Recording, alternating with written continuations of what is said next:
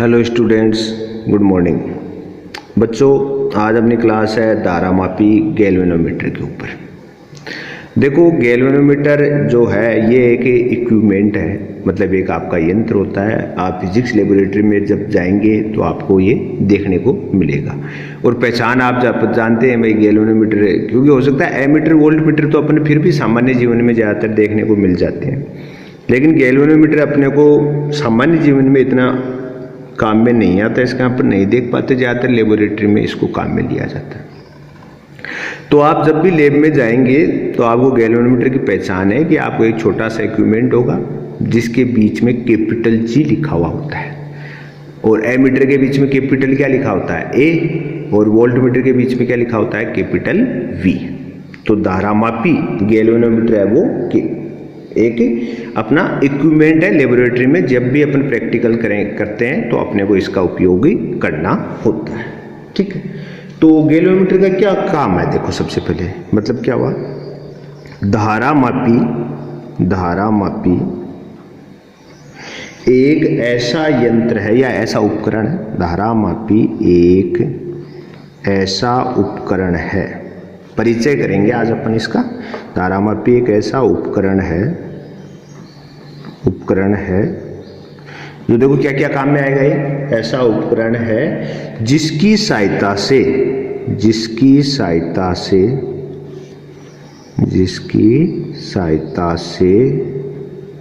धारा का संसूचन हो सकता है। जिसकी सहायता से धारा का संसूचन हो सकता है।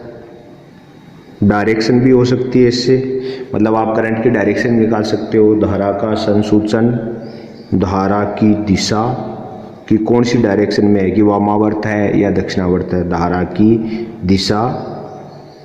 और साथ में क्या है, मापन भी कर सकता है, लेकिन एक छोटा मापन करता है, माइक्रो एम्पियर मिली एम्पियर, बड़ा मापन नहीं हो सकता अपना गैल्वेनोमीटर से।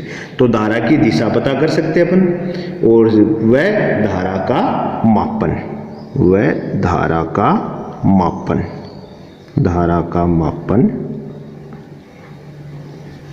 धारा की दिशा व धारा का मापन किया जाता है।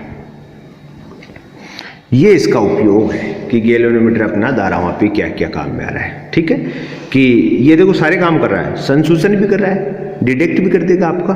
ठीक है, और आपको डायरेक्शन देखनी है, करंट फ्लो कौन सी डायरेक्शन में हो रही है। अब लूप है या कोई सर्किट है तो अपने इससे डायरेक्शन का भी पता कर सकते हैं, क्योंकि अगर आप इसको लेबोरेटरी में देखोगे तो इसके नीडल सेंटर से दोनों साइड में फ्लेक्चुएट होती है, लेफ्ट और राइट। मतलब सेंटर में 0 होता है, इधर भी पाठ्यांक होता है और उसके राइट में पाठ्यांक होता है। तो जिस साइड में ये फ्लेक्चुएट होगा उसके अनुसार करंट की डायरेक्शन आएगी भाई। और सबके अंदर तो क्या होता है, आपके एमीटर वोल्टमीटर का हो तो 0 1 2 3 4 5 इस टाइप से पाठ्यांक बना होता है। इसका क्या होता है, सेंटर में 0 होता है, उसके इधर भी पाठ्यांक और इधर भी पाठ्यांक, लेफ्ट और राइट दोनों साइड में होता है। तो ये सुई, इसकी जो नीडल जिस डायरेक्शन में मूवमेंट करेगी उससे पता लग जाता है कि करंट की डायरेक्शन कौन सी है। ठीक है, तो ये तो इसका हुआ। अब देखो ये कौन से सिद्धांत पे काम करते हैं, तो अपन बात करें सिद्धांत कि ये किस सिद्धांत पे काम करता है धारामापी। ये तो बहुत बार पूछते हैं आपके, जब प्रैक्टिकल में जब आपका वाइवा होता है तो बहुत कुछ आता है कि गैल्वेनोमीटर का क्या यूज होता है। तो ये चीज ध्यान रखिए, तीनों काम करता है। ठीक है, तो धारामापी है वो बल आघूर्ण के सिद्धांत पे काम करता है। धारामापी बल आघूर्ण सिद्धांत पर कार्य करता है।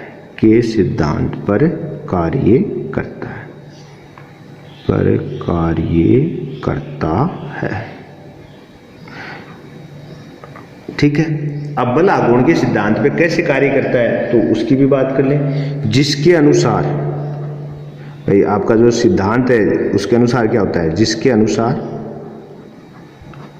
इन्वर्टेड कोमा स्टार्ट करें अपन। यदि किसी आयताकार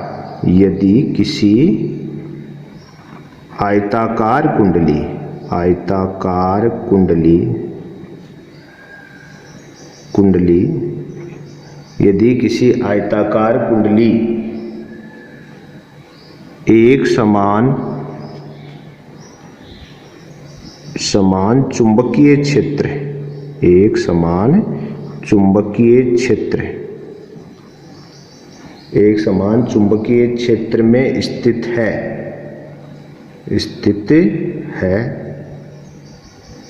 तो धारा प्रवाह या प्रवाहित करने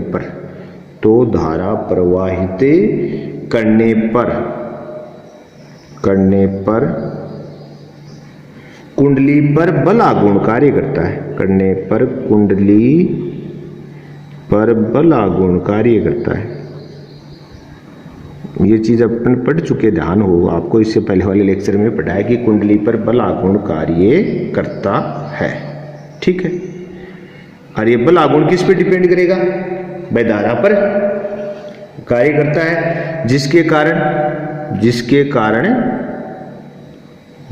कारण कुंडली घूर्णन करने लगती है, जिसके कारण कुंडली घूर्णन करने लग जाए, घूमने लग जाती है, जिसके कारण कुंडली घूर्णन करने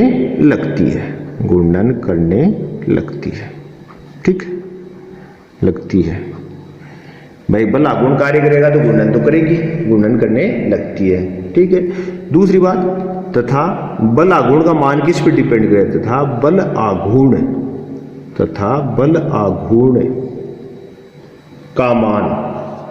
बल आघूर्ण का परिमाण या मान का परिमाण लिख लेते हैं अपन, परिमाण कुंडली में प्रवाहित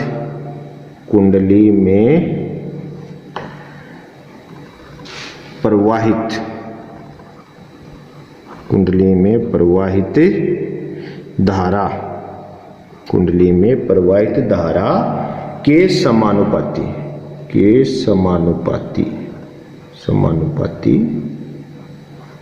होता है। ये इसका सिद्धांत हो सकता है। क्या अर्थ हुआ इसका? देखो, अपन ने पढ़ा था कि यदि कोई आयताकार कुंडली है, उसको एक समान चुंबकीय क्षेत्र में यदि अपने रखा, तो अपन ने देखा था कि उस कुंडली पर लगने वाला परिणामी बल तो क्या था? 0 था। लेकिन हमने ये देखा था कि उसके दो बल तो एक दूसरे को निरस्त तो करते हैं, लेकिन एक ही एक्स पर होने के कारण, एक ही क्रिया रेखा होने के कारण दो बल तो कुछ नहीं करते, लेकिन F1 और F3 जो बल थे आपके, वो दोनों बल क्या कर रहे थे? उसके एक ही क्रिया रेखा पर नहीं होने के कारण, दोनों बल एक ही क्रिया रेखा पर नहीं होने के कारण विपरीत दिशा में और परिमाण समान होने की स्थिति में भी कुंडली में घूर्णन पैदा कर रहे थे। कुंडली अपने एक्स के परितः ऐसे घूमना शुरू करती है, घूर्णन पैदा। तो यही चीज यहां कहना चाहता है कि धारामापी है वो बल आघूर्ण सिद्धांत पे काम करता है। मतलब धारामापी में भी एक कुंडली होगी, ठीक है, और उसके अंदर भी करंट फ्लो होगा। करंट फ्लो होगा तो कुंडली के अंदर में क्या होगा? बल आघूर्ण पैदा होगा। बल आघूर्ण अपने देख लिया भाई, कुंडली पर बल आघूर्ण लगेगा तो कुंडली अपने एक्स के परितः घूर्णन करने लगेगी, ठीक है।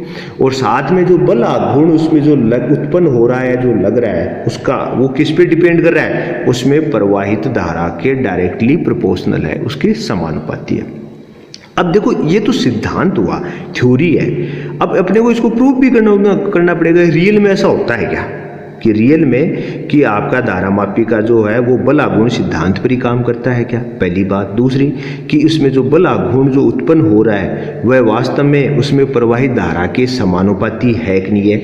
तो सिद्धांत ये तो प्रिंसिपल है देखो, लेकिन अपन फिजिक्स में इसको प्रूव भी करेंगे प्रैक्टिकली, वो आगे आएगा। लेकिन अभी आपको इतना ही ध्यान रखना है कि बल आघूर्ण सिद्धांत पर काम करता है, और जब भी अपना आयताकार कुंडली में कोई धारा प्रवाहित करेंगे और वह किसी एक समान चुंबकीय क्षेत्र में होगी तो उस पर एक बल आघूर्ण कार्य करेगा और जिसके कारण वो घूर्णन करने लगती है। और बल आघूर्ण का मान किस पे डिपेंड करता है? उसमें प्रवाहित धारा के डायरेक्टली प्रोपोर्शनल है या समानुपाती होता है, ठीक है। ये चीज आगे आएगी, दोबारा अपन इसको प्रूव करेंगे। अब देखो कहानी क्या है। धारामापी दो प्रकार के होते हैं। धारामापी दो प्रकार के होते हैं, 2 टाइप्स हैं गैल्वेनोमीटर के प्रकार के होते हैं। गैल्वेनोमीटर 2 प्रकार के होते हैं, ठीक है। दो कौन कौन से? फर्स्ट चल कुंडली धारा मापी, चल कुंडली धारा मापी,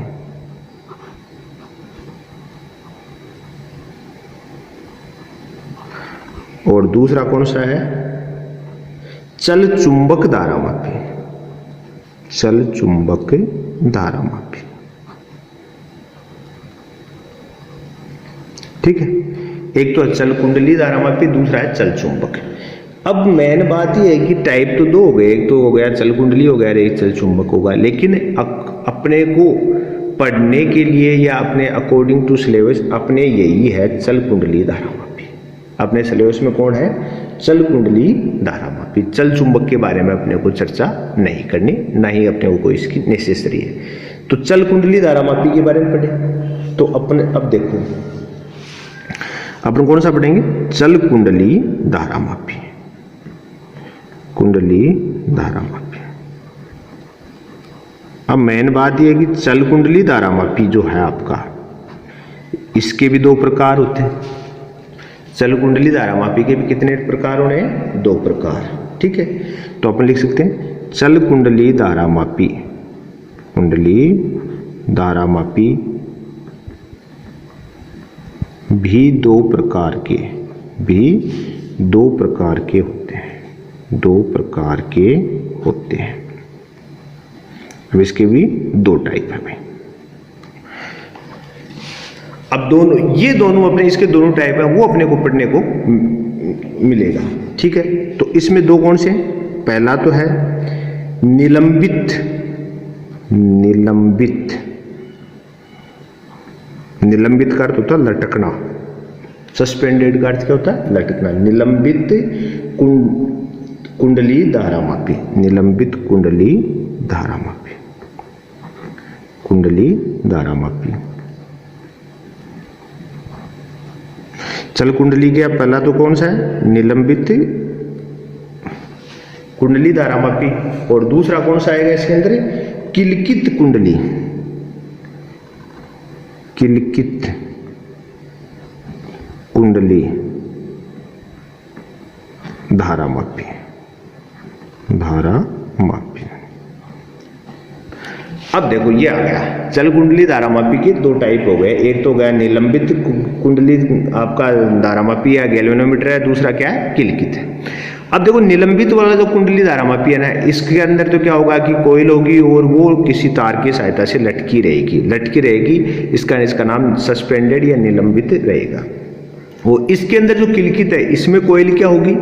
वो एक कील के ऊपर टिकी होगी, चूल बनी होगी कील टाइप की, उस पर टिकी होगी। इसका नाम तो दे दिया किलकित, और इसके अंदर कुंडली है वो तार की सहायता से लटकी रहेगी, इसको बोल देते हैं निलंबित। लेकिन देखो ये जो आपके धारा मापी हैं, कोई ये अपने जो कुंडली चल कुंडली धारा मापी है उसके दो टाइप हैं। इन दोनों के अंदर कुंडली कोयल का उपयोग तो होना ही होना है। अब देखो इन दोनों में बेसिकली क्या डिफरेंस है? ये आपका जो निलंबित कुंडली धारा मापी है ये क्या होता है? अधिक सुग्राही होता है, अधिक सुग्राही। सुग्राही का अर्थ जानते हो आप कि ये छोटे से छोटे मान को मापन कर सकता है। निलंबित कुंडली धारा मापी अधिक सुग्राही होता है, ये छोटे से छोटे अल्प मान के लिए भी अपना इफेक्ट दिखा देगा, लेकिन इसकी बनावट और कार्य प्रणाली जटिल होती है। अधिक सुग्राही और जटिल होता है। अपन पढ़ेंगे तो आपको पता लगेगा कि इसको मतलब इसकी वर्किंग है वो थोड़ी जटिल होती है, लेकिन सेंसिटिविटी इसकी बहुत ज़्यादा होती है, सुग्राह्यता बहुत ज़्यादा होती है। छोटे छोटे मान के लिए भी ये अपना फ्लक्चुएशन दे देगा।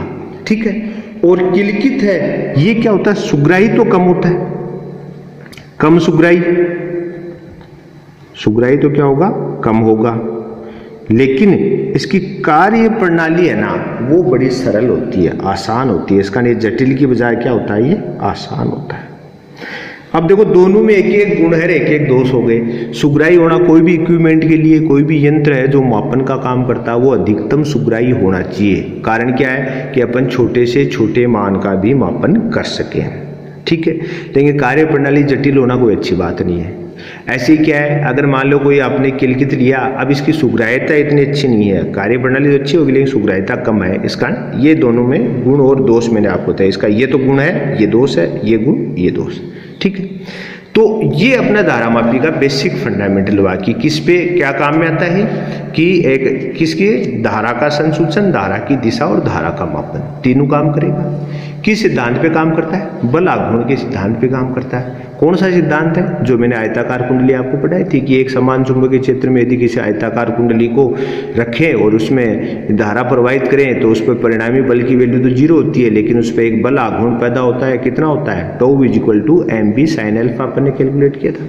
वैसे यहाँ पर हमने क्या कहा कि यदि आयताकार कुंडली को एक समान चुंबकीय क्षेत्र में रखा जाए, उसमें धारा प्रवाहित की जाए तो उस पर एक बल आघूर्ण करता है, जिसके कारण क्या करती है? कुंडली घूर्णन करने लगती है या घूमती है अपने एक्स पर, और ये बल आघूर्ण का जो परिमाण है वो कुंडली में प्रवाहित धारा पर के डायरेक्टली प्रोपोर्शनल होता है। फिर अपने बात की 2 टाइप के हैं ये, चल कुंडली धारामापी और चल चुंबक धारामापी। पूछ लेते कई बार धारामापी के 2 टाइप लिखो तो चल कुंडली और चल चुंबक। तो अपने सिलेबस में कौन सा है? चल कुंडली है, ठीक है। अब चल कुंडली के भी 2 टाइप आ गए। मैंने कहा एक तो निलंबित कुंडली धारामापी और एक किलकित कुंडली धारामापी है। तो मैंने कहा निलंबित जो है ये तो क्या होता है? अच्छा सुग्राही होता है लेकिन इसकी वर्किंग क्या होती है? जटिल। किलकित है वो कम सुग्राही होता है लेकिन इसकी वर्किंग क्या होती है? आसान होती है, ठीक है। तो आज की क्लास में तो अपन इतना ही लेंगे। अब अपने नेक्स्ट क्लास में अलग सेपरेट पढ़ेंगे। एक बार पढ़ेंगे निलंबित कुंडली धारामापी, फिर पढ़ेंगे किलकित पढ़ेंगे, फिर इनके बारे में अपन कंप्लीट डिटेल से पढ़ लेंगे। आज के लिए इतना ही। थैंक्स।